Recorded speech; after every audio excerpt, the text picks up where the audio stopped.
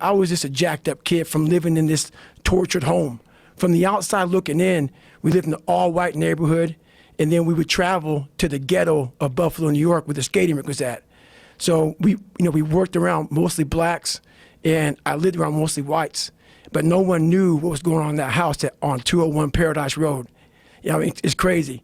But my mom got courage to finally leave him. When I was about 8 years old, we moved to a small town in Brazil, Indiana, and that's when the real war started for me. And Brazil, Indiana is a small town. Great people, a lot of great people. And I say that because a lot of people get offended. And I'm going to get to the point why they get offended. There was about maybe 10 black families at about 10,000 people in the town. And in 1995, the KKK marched in the 4th of July parade. So this was not everybody was racist.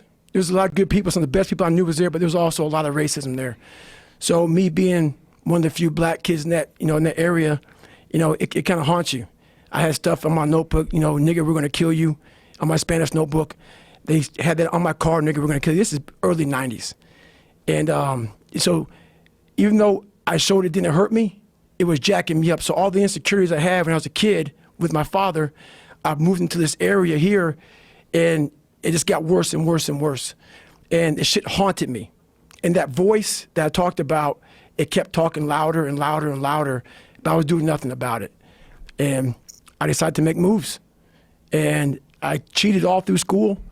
And it's kind of humbling to talk about my stories sometimes, and it's also embarrassing, but it's real. It's who the fuck I am. It's what I am. It's what created me.